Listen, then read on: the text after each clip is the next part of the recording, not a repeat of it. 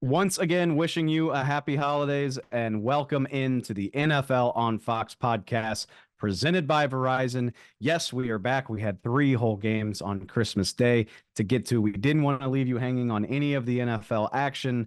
And let's just jump right into it. My Christmas dreams for a thrilling finale were dashed. The Baltimore Ravens jump all over the San Francisco 49ers, the much anticipated game of the week, of the century, of the whatever, the two best teams in the league, the number one seeds in each conference. Did not play out that way. The Baltimore Ravens roll over the mighty 49ers by a score of 33-19. I guess I shouldn't be surprised because it's been a theme for the year. Whenever these heavyweights get together, it almost always winds up being a laugher. And that's what happens here. The Ravens go out to Levi's Stadium. They crush the Niners. They more than likely kill Brock Purdy's MVP candidacy. The second-year quarterback throws 4 interceptions, no touchdowns. And really, from the end of the second quarter on, that's where you felt the shift. This was a back and forth, fairly defensive-heavy game through the first half. The Niners go down and score a touchdown. Christian McCaffrey rushes it in on a hell of an effort to make it a 13-12 game. A little bit to play until halftime. Credit to the Raiders, Lamar Jackson, or Ravens. We'll get to the Raiders later. The early Christmas game, big win for them. The Ravens go down. They take a 16-12 halftime lead with a nice field goal. And right at the start of the third quarter, that's when things go wonky. The Niners go 3-and-out. Quick Ravens touchdown drives makes it 23-12. And the wheels starting to come off. This Niners team, maybe not built to play from behind. It's just a challenge of finding a team that can get in front of them. After the Ravens go up 23-12, Brock Purdy throws a crucial pick to Patrick Queen. The Ravens immediately capitalize in the red zone and make it 30-12. And really, with 12 minutes to play in the third quarter, we knew where this was going. That's how quickly this Ravens defense can make it get out of hand. And really, if you think back a little bit, it's been a trend for this Baltimore team. They did it to Detroit. They did it to Seattle. They've managed to play these types of dominant games. I did not expect to see it against the 49ers. The Ravens officially, they said it. They said they felt disrespected being a 5.5-point underdog on the road. They sure as hell played like it. They are officially the hottest team in the league. Looks like they're going to be the number one seed in the AFC, although setting up yet another big one. The Miami Dolphins, coming off their big win against Dallas, go up to Baltimore, a game that could settle for once and all the AFC top seed. The Ravens can basically lock it up if they would get a win. Lamar Jackson, officially the MVP frontrunner. All of the sports books are already pegging him as the favorite. Almost feels like something you don't want to be. We'll see if Lamar Jackson can fare better than Brock Purdy, Dak Prescott, Jalen Hurts, Josh Allen. Being the front runner hasn't been a fun place to be this season, but the way the Ravens defense is playing, giving the Ravens opportunity after opportunity, maybe they can buck that trend. This is certainly a hell of an impressive win. And for being 12-3, it's never truly felt like the Ravens were getting their due. And that's even with several impressive wins. Maybe it's because of some of their late game collapses, some head scratching losses. Really, all 3 of their losses, very, very weird. You could argue they were losses that shouldn't have happened. Maybe that's what's had the Ravens kind of hiding in the shadows. But Christmas night, with the whole league watching, you do this. I think it's fair to say Baltimore's front and center. They can really cement the number one seed in the AFC next week. They look like the team to beat in the entire NFL. So it was the Dolphins on Sunday, and now on Monday, the Ravens, the undisputed winners of week 16, and they get to play each other in week 17. It seems like it works out that way more often than not. That should be really fun. So congrats to the Ravens on the crowning win of the week. But in the wreckage of this Niners loss, I think there's plenty of interesting takeaways that you can come up with, whether that's looking at where they go from here. A couple noteworthy injuries coming out of this game. Brock Purdy himself exited the game. Can examine Brock Purdy's MVP case and where that went wrong. And I'm sure if you're a 49ers fan, probably feeling a little bit uneasy knowing how so many of these promising seasons have ended short of the ultimate goal. So we can get into all of that. And who better to do it with than our NFC West writer, Eric Williams, who joins me now to break down the Niners side of this. All right, Eric, the Baltimore Ravens go up to the Bay and beat down the San Francisco 49ers. And I mean, with everybody healthy and available, at least for the start of this game, we can get to Brock Purdy and Trent Williams exiting. But from the get-go, the Niners had all their guys available. I hate to say that the Ravens figured them out, but after some early success, it kind of felt like that's what happened. What did you think about the way this Ravens defense was really able to put the clamps on San Francisco as this game went along? Yeah, fast and physical. That they pursued the ball well, really got after Purdy and made him uncomfortable. Created a cloudy picture post snap, and seemed to kind of confuse Purdy a little bit. And we've seen this earlier in the season during their 3-game losing streak. When the Niners are down, Purdy seems to press a little bit and tries to make a little bit too much stuff happen, and then just is reckless with the football. 4 interceptions in their 4 losses this season. He has 10 turnovers. In their 11 wins, he has 2 turnovers. To me, that's kind of the story with the 49ers. When they get down a little bit, I feel like Purdy tries to play like an MVP instead of just, the system quarterback or game manager, or just really executing the offense like he needs to. Tries to make 21-point, throws instead of just, taking the easy throws, and just maybe taking the sack or throwing the ball away, instead of putting the ball in harm's way and making it harder on his team to kind of get out of these tough situations. This is one of my pet peeves in football, to be honest, is I think the talking point coming out of this is going to be something along the lines of like, the Ravens put the blueprint out there for how to deal with the 49ers. And the problem with that is that the Ravens are one of the most dominant teams in the league. I mean, this is clearly an incredibly talented roster. They're top of the AFC for a reason.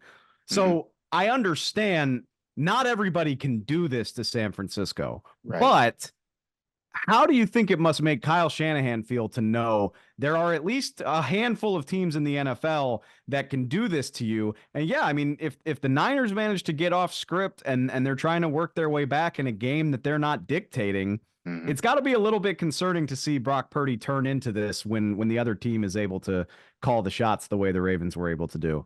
No doubt. And I think part of it is Shanahan. He kind of gets away from the bread and butter, which is running the football. I think they threw it, 5 times early on when they were having some success with McCaffrey running it.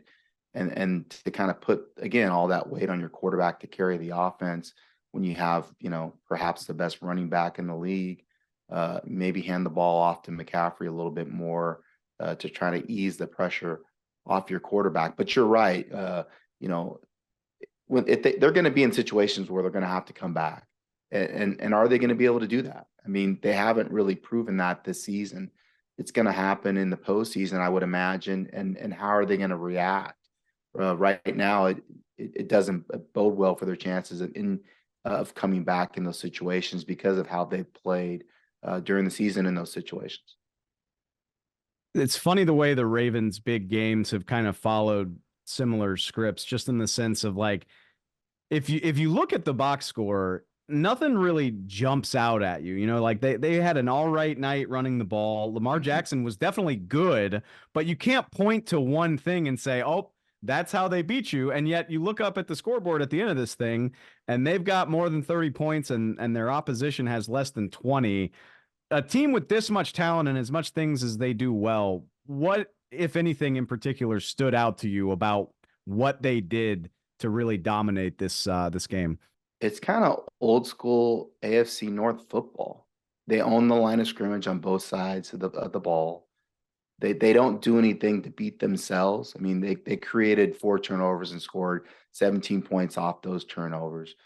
They're very good in the kicking game and in terms of, creating, what am I looking for? Creating opportunities in terms of field position. They don't lose the battle of field position. And then they have one of the best coaches in the NFL in John Harbaugh. And again, just kind of limiting mistakes. I thought Lamar Jackson did a great job of kind of taking what was there. If he didn't have anything down the field, he scrambled and used his feet, either to get plays running it or to create plays outside of the pocket and create chunk plays. And then defensively, I just think they're sound at all three levels, whether it's getting after the passer. They're really good on the second level, which I think is important when you're playing a team like San Francisco. And then obviously they're pretty good in the back end defensively in creating the turnovers. It's so amazing the way they're so flexible defensively. You know, Kyle Hamilton can just as easily get a big pick at the beginning of this game as he contributes to the pass rush. Roquan Smith seemed like he was very active as both a pass rusher and a linebacker, as well as Patrick Queen, who had a big interception. I mean, just the different ways they can confuse a quarterback with even, a young quarterback like Brock Purdy, even as much as he's seen and done. Like you said earlier, I think I have to imagine the way that they can just throw these multiple different looks at you. It seemed like it was a handful for him. And then not only that, David, they get guys on the ground defensively. I think when you watch teams like Seattle play San Francisco, a lot of missed tackles. And I think with the Ravens, their ability to get you on the ground in space is unique. And like you said, in terms of blueprint, yeah, maybe other teams will try to do that, but like, do they have the personnel that can execute it? And I think most teams don't have the personnel like the Ravens to really execute what they want to accomplish on all three levels of their defense. Mentioned this at the top. Brock Purdy left this game late when it basically out of hand at that point. Sounds like he's got a stinger. And then Trent Williams also exits this game. It looked like he was trying to get back in, and the 49ers were saying, hey, let's maybe wait and fight another day. And I know, it's a little early. We're recording this right after the game to speculate about the severity of these injuries. But if anything, is it just a reminder of that anxiety with the 49ers that, look, you got a lot of guys that you're trying to keep healthy if you're going to put this run together? No, we talked about this a couple of weeks ago. Is you want to see these guys with all their personnel in the postseason. You mentioned it, Trent Williams growing, his backup, Jalen Moore, concussion. He was out there down to their third tackle. They actually moved Colton McShivitz over from right tackle to left tackle. And oh, by the way, Aaron Banks did not finish the game. He had a toe injury at guard. And so that's not great, in terms of having those injuries along the offensive line, in terms of where this team wants to go. Now they get the Commanders next week. That's kind of the soothing balm that you're looking for if you're the 49ers. And then you finish off with the Rams, which I think is going to be a tough game. Everything's ahead of them that they want to accomplish. If they win the last two games, I believe they'll be the number one seed and get the bye. But it's not a given that you're going to go on the road and beat the Commanders, and not a given that you're going to beat the Rams at home. I guess that's my big question for San Francisco now. And with a team with this many veterans, I have a hard time seeing it, but you do wonder about maybe this game beating you twice. Like I said, there's so much veteran star power on this team. It doesn't seem like it should be a concern. But with the amount of praise we've been heaping on the 49ers here over the last 6 weeks, do you worry about that at all? I think you worry about it a little bit because of who's your quarterback. You're talking about a second-year pro, Mr. Irrelevant. He's had an amazing season, has played in a lot of big games already, including last year as a rookie. But it could affect your confidence when you go out and throw 4 picks like that. So it's going to be important that Shanahan kind of get his confidence going again, as long as he's fully healthy against the Commanders, and want to play well in that final regular season game against the Rams going into the postseason. So you kind of are able to kind of wash these interceptions out of your head a little bit, I guess. That's one last thing. I'm glad you brought that up. I guess we should mention it. Last time I had you on, I was right there with you. I said, if Brock Purdy keeps stringing these performances together, I don't know how you argue against him for NFL MVP, but to have this performance on Christmas night, the whole league's watching, everybody wants to see what you're about. Yeah. I get that there's 2 weeks left, and you don't want to be a prisoner of the moment, but with all of the people that were already doubting Brock Purdy's credentials, this feels like a game that's hard to overcome if he's gonna pull that off. Is that I'm not? Am I being premature by saying that? I don't think I am. No, I think you're being fair. I mean, I think the people that were already doubting him were just basically saying, "I told you so," with the way that he played. And then the Brock Purdy cheerleaders are like, "Yeah, you really can't overlook this game because of the game itself. You know, national televised game. It's a game that everybody was kind of waiting to watch. You know, you've seen Lamar Jackson and Purdy kind of playing against each other. Obviously, they're not facing each other, but playing on the same field. One person looked like an MVP performer in Lamar Jackson. Another person looked like Mr. Irrelevant. Unfortunately, that's kind of the way he played, that he played like his draft status. So again, I just think, I think MVP, in my opinion, is out of the picture. I think, Lamar kind of put his stamp on that trophy with the way that he played. And if you're the Niners, you're not concerned about that. You're more concerned about getting him playing efficient football going in the postseason these next two games. Yeah, I hate that. I hate that blessing in disguise stuff. It sounds like a loser's excuse of like, oh, well, maybe this is a good thing to refocus us. But right. if you're the 49ers, if you're a 49er fan, that's probably what I'm clinging to right now is like, all right, let's get this MVP noise out of here. Let's calm the hype down and just focus on finishing this season as strongly as possible and seeing what happens in the postseason. I don't think a whole lot less of the Niners. I mean, I think there's really only a couple teams left in the league at this point that haven't had a night like this where they just kind of got their asses kicked. And actually, the Baltimore Ravens are one of them. So they're the team of the moment. I agree with you. I think Lamar Jackson made his MVP case tonight, but I can't help but think that being in that conversation has gone poorly for quite a few guys here over the last month. So big opportunity for the Ravens against Miami next week. Yeah. We'll see what they do with it, and we'll absolutely see how the 49ers regroup. Eric, I can't tell you how much I appreciate taking the time on Christmas, man. Always love chatting with you, and we'll be sure to check in soon. Sounds good. Appreciate you. Have a good one, and happy holidays.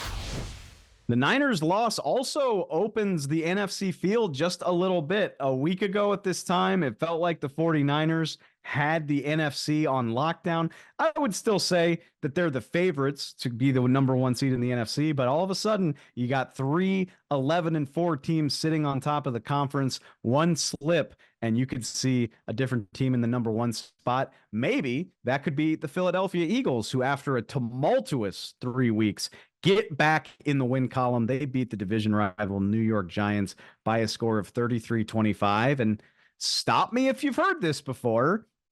The Eagles played well enough to win. They piled up plenty of yardage. They won by 8 points, so they win by a full touchdown. And yet they leave something lacking. I think that is the theme for the day. It's really, let's be honest, it's the theme for the Eagles season. I guess beggars can't be choosers. They had been on a 3-game losing streak. It felt like their season was slipping away. So credit to them on the holiday.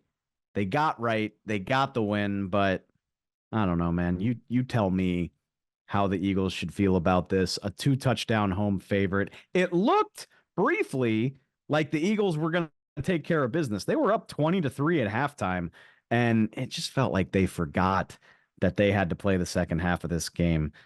Ugly performance. Jalen Hurts opened the door for the New York Giants to get back into this game. A brutal pick six really let control of this thing slip away. 76 yards. Dory Jackson at the end of the third quarter. Eagles were driving to make it 27-10, and maybe know-it-alls like me wouldn't be criticizing them. If they win by 17 to 20 points, which is what I expected them to do, no way we're doing this. But Dory Jackson goes to the house. Giants pick up the 2-point conversion. All of a sudden, it's 20-18. And yeah, Eagles wind up winning this thing by 8 points. But it's such a frustrating theme for their season. You realize this team they have 11 wins. They're tied for the best record in the NFC. And depending on how this plays out, they got the Cardinals. They got a rematch with the Giants. It's very, very possible. I would even say likely they finish the season 13-4. Maybe they get the number one seed and a week off. But do you realize their 11 wins have come by an average of 7 points? This isn't a team. We talk about the Ravens, we talk about the Niners, the teams at the top of these standings. Typically, you can count on them to roll over overmatched opponents, and that's what the Giants are. By the way, New York benched Tommy DeVito, the undrafted success story. The fairy tale looked like it came to an end on Sunday afternoon. Tyrod Taylor replaced him in the lineup. Giants are not a good team. They haven't been. They had a nice run. It was fun. The Eagles put up 465 yards. This is not a team that you have any business sweating out a win against. Eagles only have 3 wins by more than a touchdown this year. And the last time they did that, it's all the way back on Halloween when they played what I would call their best game of the season against the Miami Dolphins. It's just been nail biting all year long. And can't take too much credit away from them. They have 11 wins. But if you wanted to feel faith in this team, you'd like to see them make it look a little bit easier, especially against now a Giants team that has 10 losses.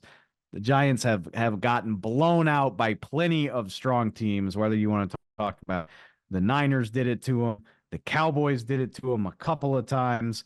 The Giants honestly just lost in convincing fashion to the New Orleans Saints a week ago. This should have been a less stressful Christmas Day for Eagles fans. And that's why I think even in a win, even knowing that the bye week is out there in front of you, maybe this just doesn't feel all that inspiring. Jalen Hurts, 13 interceptions on the season. I still feel like sometimes it seems like the Eagles forget that they have a rushing attack sometimes. They get the win. I can quibble about it all day. And if you're an Eagles fan, I know you agree with me. But we've seen plenty of circumstances before where what you see here at the end of the season isn't necessarily how the script plays out in the playoffs. Maybe there's still hope for the Eagles. Maybe securing the number 1 seed against all odds, getting a crucial week off. Maybe that could be what the doctor ordered. It doesn't look great right now. There's still plenty of time for that to turn around, as our own Joe Davis pointed out right after the game. Well, coming in with a 3-game losing streak, a 3-game losing streak is not a death sentence for a team. Just look at the 49ers, who everybody considered the best team in the NFL. They lost 3 in a row earlier this season. They're doing just fine now. 3 of the last 4 champions have had losing streaks similar to the one that the Eagles just broke today. So it's not that they're done because they lost 3 in a row. They win today. It still didn't look great, and so the concerns probably continue for Eagles fans. And with what they have over the final couple weeks, they're going to play these Giants again to finish after they play a Cardinals team that's not very good next week. You're probably not going to have a lot of people convinced that the Eagles are where they need to be, even if they do win out. Of course, it's all going to come down to the postseason. And if you remember back to last year for the Eagles, they lost a couple games late. They almost lost the final week of the season, even though the Giants were hardly playing anybody. And they still made it to the Super Bowl. So you make a lot about everything that happens every week in the NFL, some of it for good reasons. Some of it will be overblown. We won't really know, though, until we get to the end of this whole thing in a couple months. One thing I'll say for the Eagles is that the flashes are there offensively. I mean, again, 33 points. We're quibbling about a team that put up 465 yards. Jalen Hurts, far too many questionable decisions, but the ability to get yardage plays, touchdowns, all of that, it's still there. One thing I think, if the Eagles are going to turn their fortunes around, focus on the defense. Rough day from the Philadelphia defense, particularly the secondary. 69-yard touchdown to Darius Slayton was a backbreaker after Tyrod Taylor entered the game. The stats aren't gaudy. The Giants didn't have an amazing day, but considering what they're working with, considering what they've done this season, it's just another reminder that there is not enough going on with the Philadelphia defense. That's why Sean Desai was demoted in favor of Matt Patricia. And I will offer some semblance of optimism if you're a Philadelphia fan. Maybe you can lean on the hope of reinforcements. The Eagles opened Avonte Maddox's practice window this week. He didn't play in this game, but trending toward being available for the playoffs. Same thing for Darius Slay, hoping he can return from that minor surgery in time to play a significant role in the postseason. Maybe you get those 2 guys back in your secondary. This thing looks a little bit different. Even with all their mistakes, the Eagles' offense is good enough to win them plenty of football games. If you can just pick it up on the defensive side, maybe we'll start to feel better about this team, which is got to be the most frustrating team, the most frustrating 11-win team I have ever watched. But first place in the division, tied for the lead for the number 1 seed. I guess there's worse places to be than very stressed out with 11 wins. We'll see if the Eagles can change the mojo here heading into the postseason with 2 games left to play. Let's wrap up week 16 with the first game of Christmas Day, the early game, the shocking game. The Las Vegas Raiders go to Arrowhead and get a huge win against the Kansas City Chiefs by a score of 20-14. There's a million different places I could go with this. Just the Raiders' second ever win against Patrick Mahomes. Ironically, both of them happening on the road at Arrowhead Stadium. It's Patrick Mahomes' first loss to a rookie quarterback. Aiden O'Connell gets the big win against the reigning MVP. Obviously, if you watch the game, you know O'Connell was kind of a passenger for the entire second half of this car ride. Real proof that all you need is like a flash of brilliance and it can win you a football game. I wouldn't call the Raiders' offensive performance inspired in this game, but in the course of 7 seconds just before halftime, they get all they need to propel them to a victory. Starts off with an 8-yard fumble return touchdown by Bilal Nichols. Patrick Mahomes tried some trickery, weird quarterback, running back trick play exchange in the backfield, turns into a fumble. Raiders score to turn a 7-3 Chiefs lead into a 9-7 Raiders lead. And then immediately after that, the Chiefs get the ball back. Patrick Mahomes makes a poor decision. Jack Jones, former New England Patriot, goes 33 yards for the pick six, 17-7. And yes, the Chiefs had a couple opportunities at the end. They drive down into scoring range. They get a turnover on downs. They score a touchdown at the death there in the last 3 minutes. They had their chances, but basically the Raiders able to hang on, take advantage of another sloppy Chiefs performance. Chiefs had 308 yards. And even in a win, even managing to score 20 points, the Las Vegas Raiders finished with just 205 yards of offense. Not what you would call a pretty game of football, but a hell of an entertaining one when this Raiders team that was left for dead a couple months ago manages to get a win like this. And it raises an interesting conversation about interim head coach Antonio Pierce, who is hearing loud calls to become the Raiders' full-time head coach since he took over. Like I said, they lose on the road at Detroit on Monday night. It's about as hopeless as a team can look, just completely lifeless. Josh McDaniels is fired shortly thereafter. And in the time since, Antonio Pierce now sitting on a 4-3 record. They've won 4, and even in the 3 losses, all of those looking very, very competitively. They pushed the Chiefs in a loss earlier this season. They played Miami really tough. Obviously, the infamous 3-0 loss to the Minnesota Vikings, a much more competitive team at 7-8. And I'm sure Raiders fans are sitting there saying, first of all, they technically still have an outside shot at the division title. I wouldn't say the math is in their favor, but they are not mathematically eliminated. But like I said, you sit there and you think, man, if we have a couple other games go our way earlier this season, whether it's the last second loss to the Steelers, whether it's a very close loss to the LA Chargers, maybe you're talking about this Raiders team sneaking into the playoffs. I digress. It's an interesting conversation because the Raiders were just here in this position a couple years ago. Rich Bisaccia, the special teams coordinator, took over for John Gruden, led them to the postseason where they wind up losing to the Joe Burrow Bengals. A lot of people calling for the interim guy to get the full-time job. The Raiders say, no, we're going to roll with Josh McDaniels. We're going to instill the Patriot way. Man, if that didn't blow up in their face. And here they are again. I'm interested to see if do you want to call it learning their lesson, or do they lean into what their locker room wants? Clearly, this Raiders team responds to Antonio Pierce, high energy guy, players coach. I lean toward thinking Mark Davis probably won't play this the same way twice. You had a chance to do this a couple years ago. Maybe it works out for the better. Maybe you're not in a situation where you just fired your head coach and your GM. Yeah, I would guess Mark Davis tries this a different way and installs Antonio Pierce as the Raiders' full-time head coach when the season's over. The way they've played since he took over, I think it's hard to argue against it. I won't be surprised if that happens. Let's not bury the lead, though. No offense to the Raiders. The story here is the Kansas City Chiefs continuing to look as mortal as they've ever looked since they put old number 15 in the starting lineup. You realize this is the third time in the last 4 weeks the Kansas City Chiefs have failed to score more than 20 points. They did get 27 against the New England Patriots. Good for you, I guess. It's been tough sledding ever since that 6-game win streak, which feels like a lifetime ago. It's been gross for the Chiefs. They are now 12th in the league in scoring offense. They're averaging just about 22 points a game, regularly failing to get above 21 points. Also, failing to stack wins. They had another opportunity to get a second consecutive win. It hasn't happened since October 22nd when they beat the LA Chargers.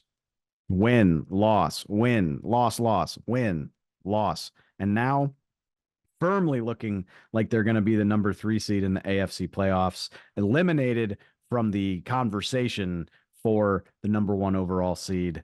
Not where you expect to be if you're the Chiefs. It's sure as hell looking like they'll have to go on the road at least one time in the playoffs.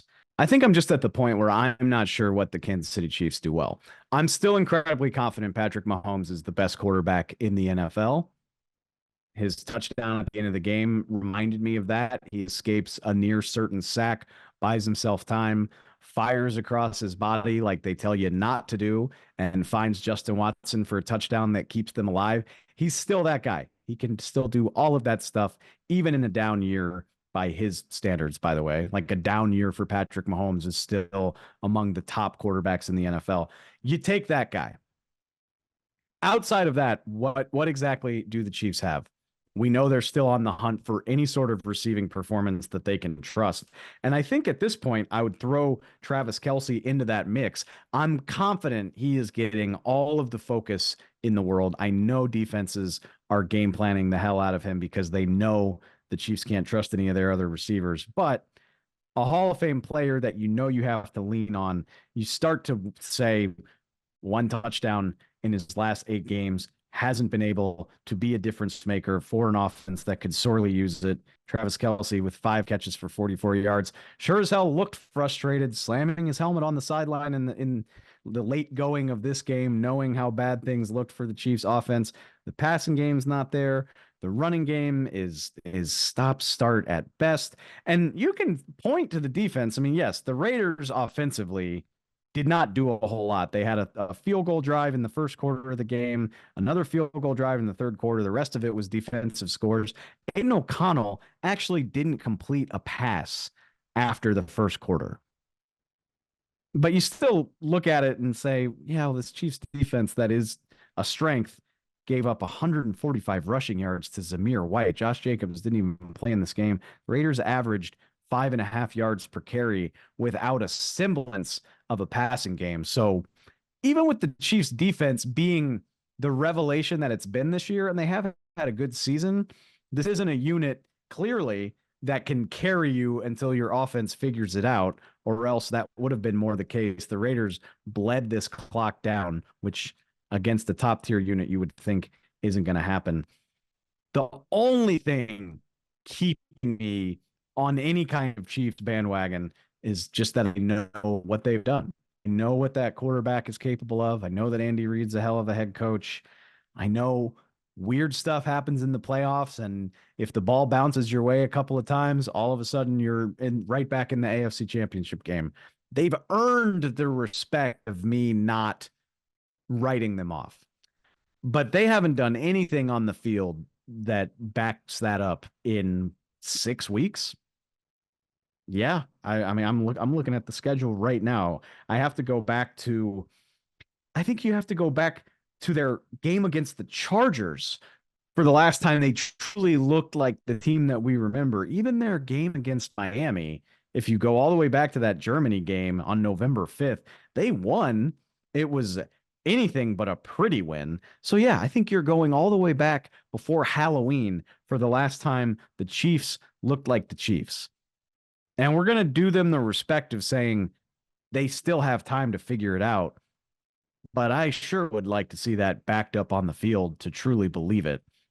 So that's where they are. Fortunately for them, it is really fitting. Bengals and finishing with the Chargers is as good as you could expect. Plenty of time to make sure you lock up your playoff spot. I would guess they're going to finish with the 3 seed in the AFC, but they've made it look a hell of a lot more difficult than it needed to be. Lose to the Raiders, loss against the Packers looming large, not even looking that good in games like the win against New England. Chiefs Kingdom woke up Christmas morning and found a big lump of coal in their stocking. It's just another reminder.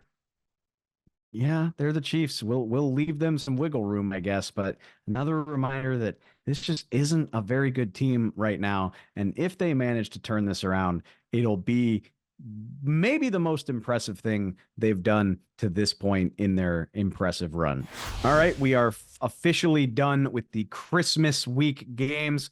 So it's time to roll on into the New Year's Eve games, right? Can we get the major holidays off of the NFL game days? That would be really wonderful for yours truly and all of us here at the NFL on Fox podcast. But as we roll into New Year's Eve, one last thing to do before we focus on week 17. That is obviously the power rankings. Let's take another look at how things stand heading into the final 2 games of the season. I'm going to keep the trend going, looking at teams that are firmly, we'll call it at least mathematically, in the playoff mix. And I'm going to start with a team at number 19 that's up 3 spots from last week.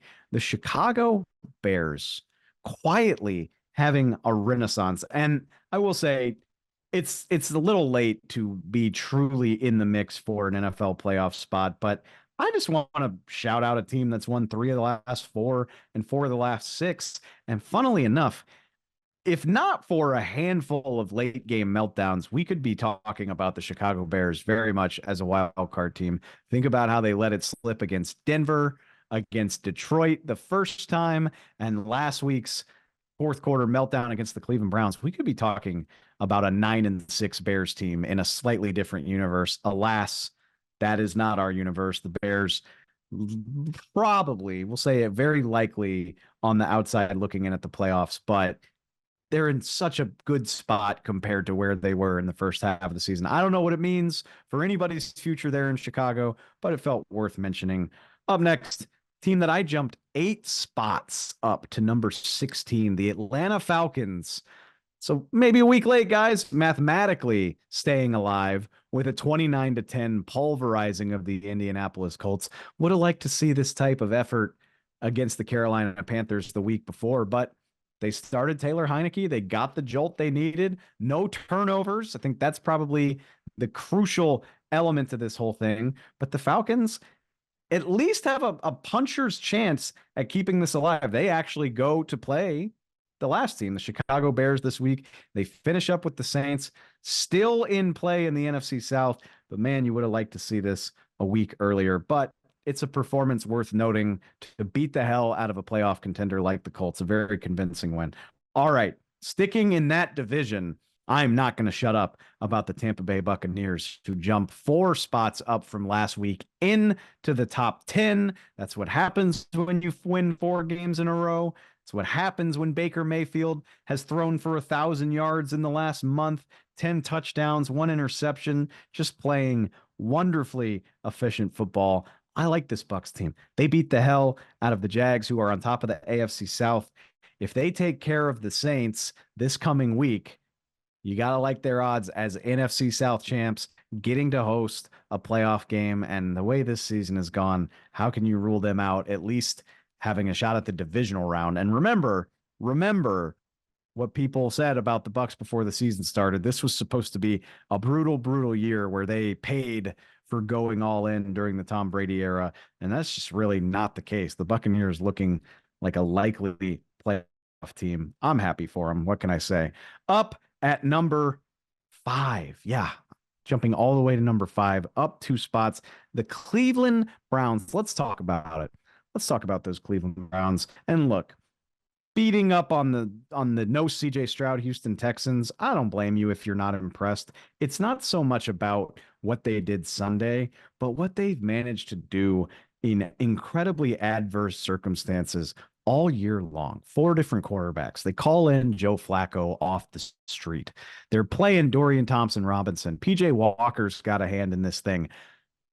Deshaun Watson hasn't been a regular part of this story in almost 2 months at this point, and the Browns are still 10-5. They're going to be favored in both of their last 2 games. They could go 12-5 despite all that turmoil, despite all the injuries that they've faced. By the way, I saw this stat floating around on Christmas. Did you happen to notice the Cleveland Browns have beaten both the Ravens and the 49ers this season? Those 2 fire-breathing monsters we talk so much about. Browns have managed to get wins against both of them. And that was before Joe Flacco showed up and started dropping 300-yard days on people's heads. This is a dangerous team. That combination of the defense and what Flacco brings to the offense, Amari Cooper clearly catching fire with Joe Cool under center. Dangerous team. A top 5 team based on resume, based on what they've done. Looking like a lock to be the number 5 seed, but they're not mathematically out of being the number 1 seed in the AFC. That is still at least a slim possibility. I would have never believed that about this team just a few short months ago. I think they are more than deserving of being a top 5 team. All right, up to number 3, another big winner from Christmas weekend. The Miami Dolphins move up a spot. I've flip-flopped them with the Buffalo Bills. I can't wait for that week 18 showdown. They just had a better week. The Bills struggle against the coachless Chargers, and the Dolphins get a big win against the Dallas Cowboys, and they get a chance to prove themselves even further against the Baltimore Ravens. Miami firmly in the 3 spot. The defense is coming on. We know what the offense can do. I feel good about that. And yeah, let's cap it off with the new number 1 team up 1 spot. Of course, there's only one place to go when you take down the top dog, the Baltimore Ravens, on top of the AFC, on top of the NFL power rankings. And it's Miami-Baltimore this coming weekend. Maybe the Dolphins can make a play for the number 1 spot in the power rankings. Maybe the Ravens can continue to assert their dominance. But you go on the road, cross country, Christmas night, you pick off Brock Purdy 4 times. Lamar Jackson plays clean, efficient football. The Ravens roll over a team that yours truly, I said I didn't know how somebody was going to beat them. The Ravens made it look pretty easy. So, of course, they are our top team heading into week 17. We are so close to the playoffs. And just like that, we are through another week. We are on to week 17. Just 2 games left to play in this zany regular season. I hope you all had the happiest holidays. I hope you had a wonderful Christmas. If you're listening to this while you're traveling home, I hope your flight's not delayed. I hope your travels are going smoothly and safely. Hope you got to spend so much time with the ones you care about. 2 weeks left, y'all. I don't know how we got to this point, but it's been a fun ride. Plenty of twists and turns left coming your way. We will have all of them covered here on the NFL on Fox podcast. If you don't already, please go subscribe on Spotify. Please find us on Apple Podcasts. Go find the YouTube channel. You know the whole spiel. Wherever you get your podcasts, wherever you find your NFL news, we will be there. We will take you through the last 2 weeks of this regular season with the playoffs on deck. I'm so excited. I appreciate y'all, and I'll talk to you soon.